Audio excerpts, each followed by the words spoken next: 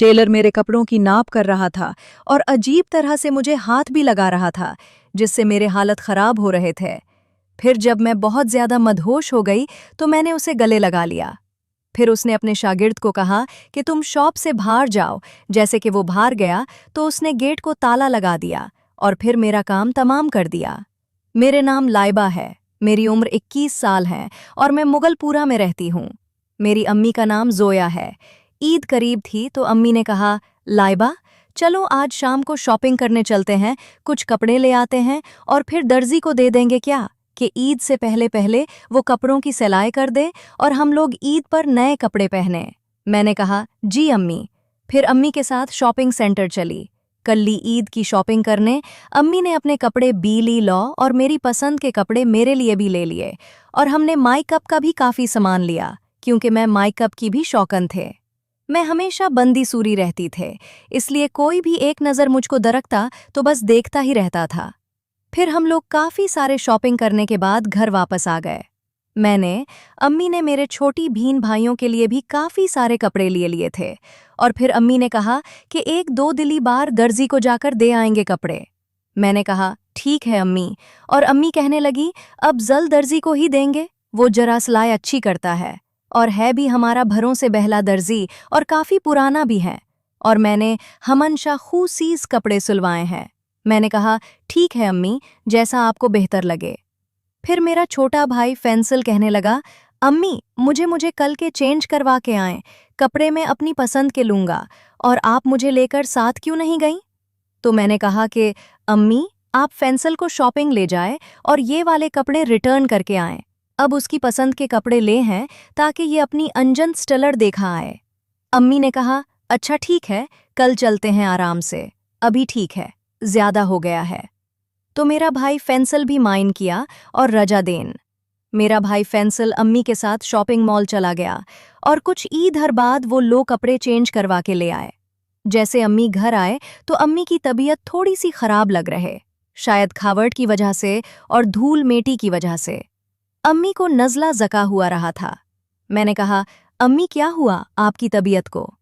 अम्मी कहाने लगी थे, पता नहीं बेटा, अचानक में तबीयत खराब होने लगी है। मैंने कहा कि अम्मी आप तबीयत लगी और आराम करें। फिर अम्मी आराम से सो गईं। मेरी भाई फैंसल मुझे कहने लगा, लेबा आप कपड़े देने कब जाएंगी? फुला जाऊंगा देलब के पास।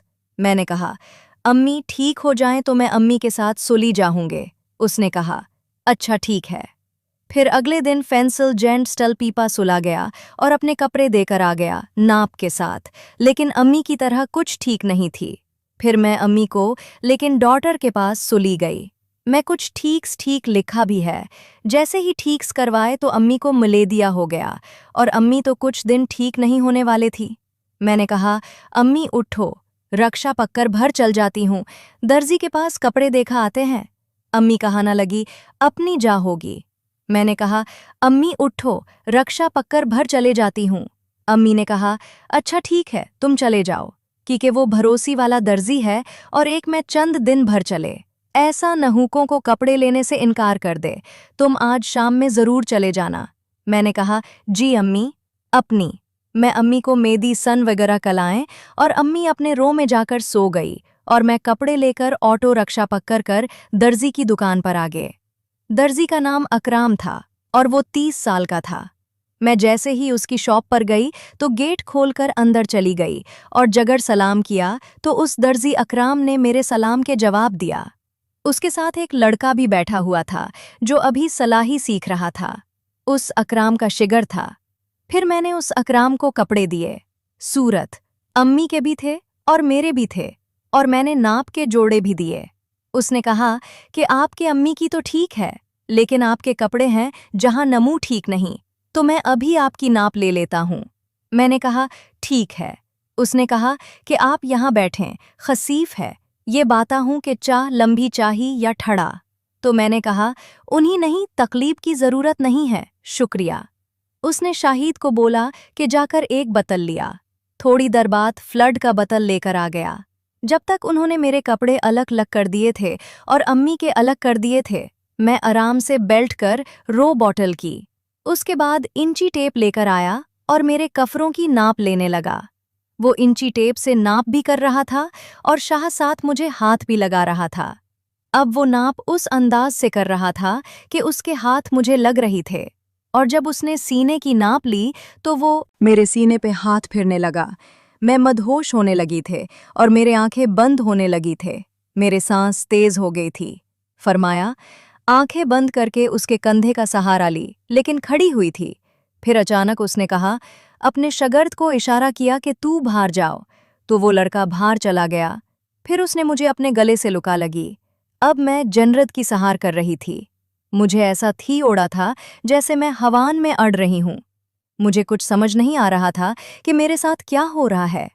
फिर उसने जल्दी से जाकर दरवाजे को लॉक लगा दिया और फिर आके मेरे साथ खड़ा हो गया और मेरा हाथ बकरट कर मुझे बैठा दिया, मुझे और फिर मेरे बकठा उठार के रख दिया, और फिर बड़ी महारत के साथ उसने मेरा सब कुछ हटा दिया और मैं उसने मुंह भी नहीं कर सकी, और फिर उसने भी अपना सब कुछ हटा दिया, और फिर देखते ही देखते उसने 30 मिनट में मेरा काम तमाम कर दिया।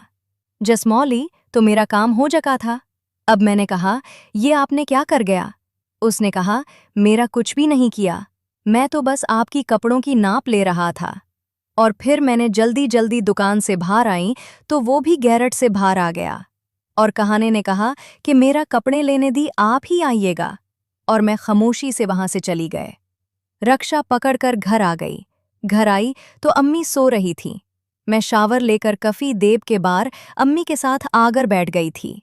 अम्मी ने कहा कि हाँ बैठा ले, बा कपड़ दर्जी को दे आई हो। मैंने कहा जी अम्मी। और फिर कुछ दिन के बाद जो उसने डेट बताई थी, फिर मैंने अम्मी को चकमा देकर कहा कि मैं जा रही हूँ, कपड़ लेकर आती हूँ। अम्मी ने कहा कि मैं साथ चाहती हूँ। तो मैंने कहा कि अम्मी आप तकरीफ न करें, वैसे भी अपना जानने वाला दर्जी है और बरूसी वाला भी है, तो मैं चल जाती हूँ और लेकर आ जाती हूँ। और फिर मैंने दोबारा उसी दर्जी की दुकान ता आई तो वो मुझे देखती ही खुश हो गया और अपनी जबान इमटों पर हैर में लगा। और फिर उसने कहा कि छोटो तो ज्यादा धागी लेकर, हाँ, और वो लड़का चला गया। फिर उसने मेरे हाथ पकड़ मुझे नीचे बैठा दिया, वही माला काम दोबारा कर दिया। अनटाइम भी ज्यादा लगाया था और कर भी बड़ी अच्छी तरीके से रहा था, और मुझे तो जैसे जन्नत की सायर हो गई थी। और फिर मैं कपड़ लेकर घर आ गई। अब मुझे उस दर्जी की आदत हो गई थी।